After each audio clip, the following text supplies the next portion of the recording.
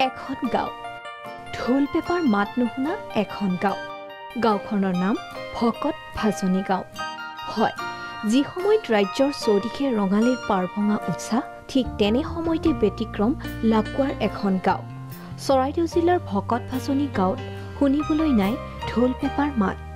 গাঁওবাসীৰ মাজত এক বিশ্বাস প্ৰচলিত হৈ আছে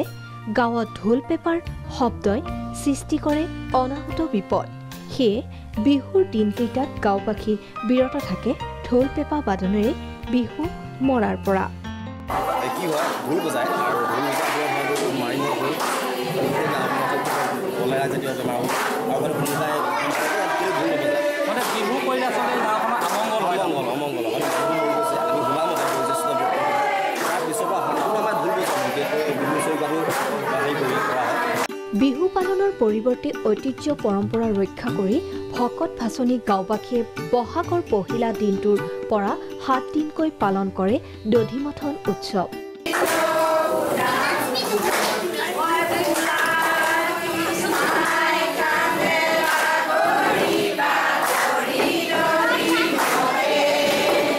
গাঁওখনৰ ৰাইজ একত্ৰিত হৈ নামঘৰত দধিমথন উৎসৱ পালন কৰে কণ কণ শিশুৰ পৰা আবাল বৃদ্ধ বনিতাই দধিমথনত অংশগ্ৰহণ কৰে লগতে গায়ন বায়ন উৰুলিৰ ধ্বনিৰে মংগল কামনা কৰে গাঁওখনৰ ৰাইজে